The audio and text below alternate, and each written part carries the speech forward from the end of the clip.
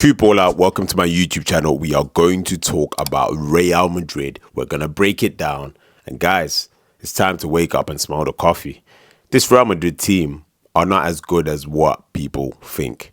And by that I mean, when you look at the fact that Kylian Mbappe wasn't there today, when you look at the chances that were created in the match today, when you look at the domination in terms of the tempo, the fact that they didn't even have City locked in like that, everything was sixes and sevens, probability, crossing into the box with Vinicius Jr. on the end of crosses. Is that how we see Real Madrid playing? Is that the ideas that these players, Los Blancos, Los Galacticos, have ended up playing? Come on, guys. Let's be real. I'm not going to lie to you. I'm going to just start by praising and saying the good things first and then the bad things second, because I know you guys already. You want to hear the bad stuff. So I'm going to tell you that after. But let's focus on the good. Rodrigo, I said it before the game, Rodrigo will score. Why? He always scores against Manchester City. Now, let's envisage his goal. What a goal. I must say, what a goal. I get it, Real Madrid lost. But the first touch, the imagination, because you have to think, when the ball's coming across you like that, the first thing he knows is once he's taken the touch, O'Reilly's onto him. So that first touch has to be out of his feet. And he already saw it. He knew as soon as I take this touch, out my feet, second touch, hit it across the goalkeeper, early, bam, goal. That is the Rodrigo we've been waiting to see for a long time. And that's 32 games without a goal. Santiago Bernabeu, I mean, they had to give it to him because he played today out of his skin. I have to say Rodrigo was amazing. Now I know what you guys are saying, so I know what you're thinking about Mbappe, Vini, Mbappe not playing, so Rodrigo. We'll talk about that after. Let's get onto that after. But Rodrigo, focus on him. He was much better than Vinicius Jr. today. He was superb. He was the highlight. And Alvaro Carreras. Now, one of the main focuses on Alvaro Carreras was, will he be able to fill in the boots that were left before him? Now we get it. Ferland Mendy, solid defensively, but nothing really going forward that much. Fran Garcia is not even a competition for him. We know that for a fact. But when I'm looking at the performance from Alvaro Carreras, I'm thinking this guy is on another level. The touch, the technique, the football IQ, he's actually much stronger than what he looks. The way he bodied Bernardo Silva for the first, I believe it was for the first goal. I think he's absolutely terrific. I have to give my hats off to him because some of his performances, especially this season, have been terrific. I had been watching him at Benfica as well, but Real Madrid is that level above, and he's proved that, but technically he's definitely way better than what people think and what people give him credit for. What a left back. And I think, again, in today's game, I have to highlight him as one of the standouts. Apart from him, I think Jude Bellingham was good. Of course, Jude Bellingham's judged a lot on GA. He got his assist today. He was involved in a lot. He was the heart, the hub, the epicenter, the zenith of what Real Madrid were doing today. It was Jude Bellingham. He was involved. Arde was dropped, of course. Tchouameni was in there as well. Ceballos, I think, didn't really do that much. Madrid tried not to play through the midfield as much in the first half, but I think although Madrid went 2-1 down, they were not the worst team.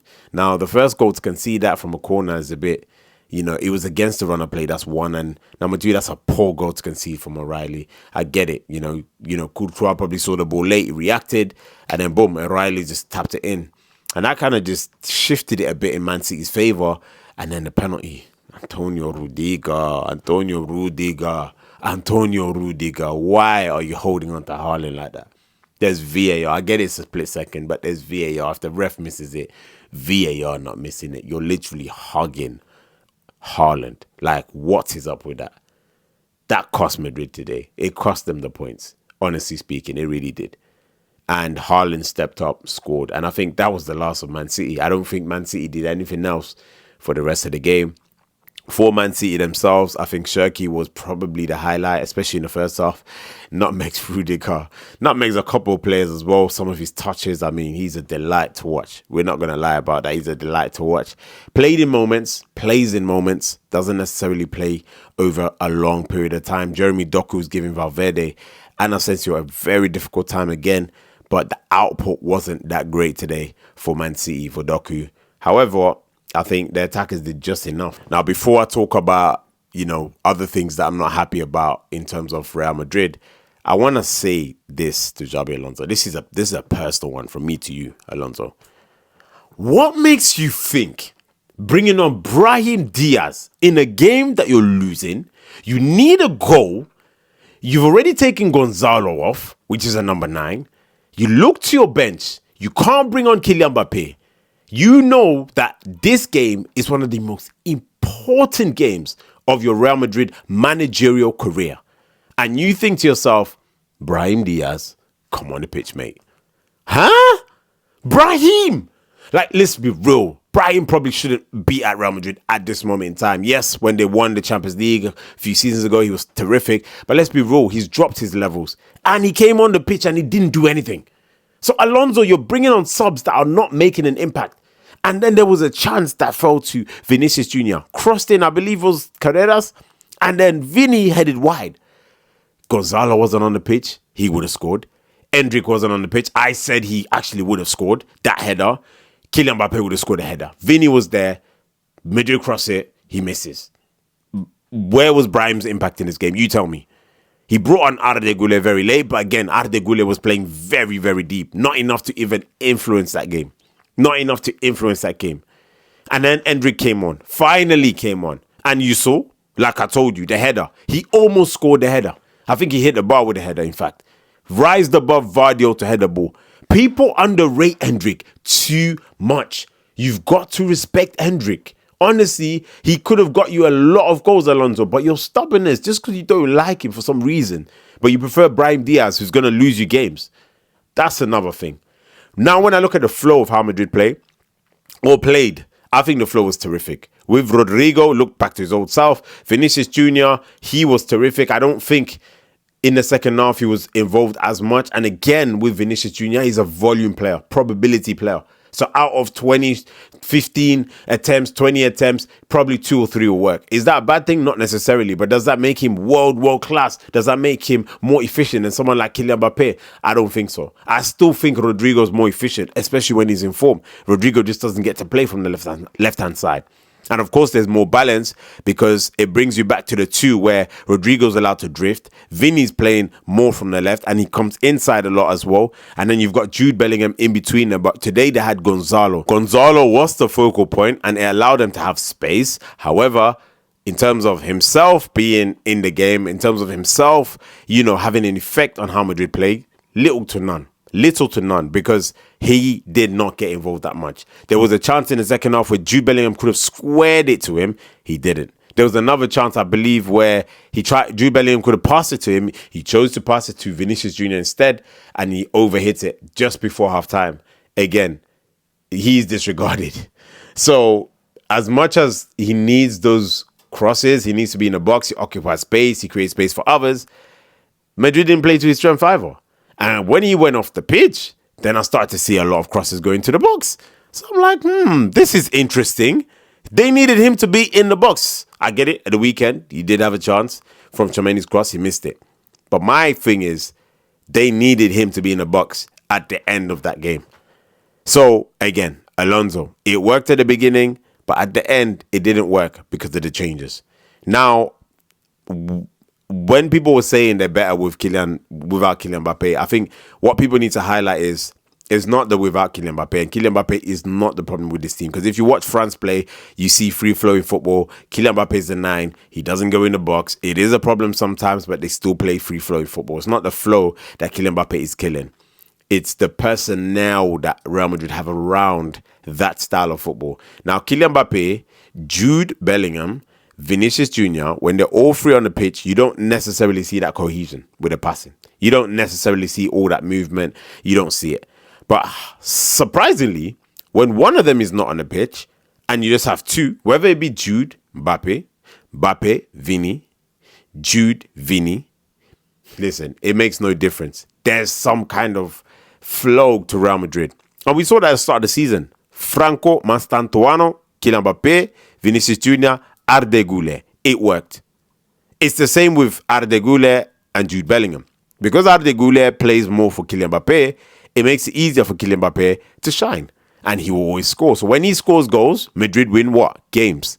It's as simple as that. And you've seen it. When Kylian Mbappe stops scoring, what happens?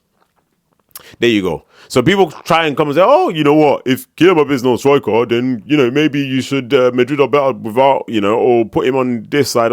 Guys, the Mbappe war, you won't win it.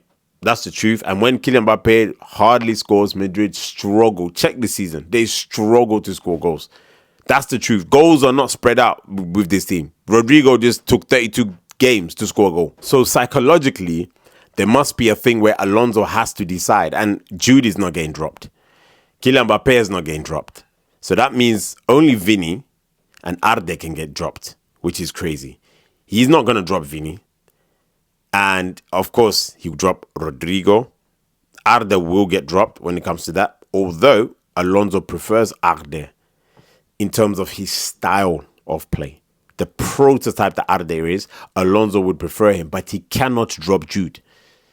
And I can see why. In this midfield, it makes no sense. You don't need to drop Jude. But maybe he can swap the positions of Jude and Arde. But I think his self-belief is that Arde will be able to run games more. The tempo, keep the ball moving. I get it. That's where he wants Arde rather than Jude. And I can understand why. Because when it comes to Arde's temperament, the way he knows how to calm down the tempo, switch the ball, it suits him more.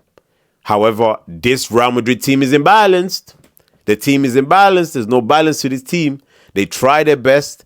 There's no balance. Today, for the first time, with Gonzalo and his positioning, you saw a bit more balance and you saw Real Madrid play with more flow. However, they're not as potent when Kylian Mbappe is not there. That's another problem that Alonso has. How do you resolve that? And then we're talking about the issue of the defense looking weak, but you can't do much when your defense is always changing.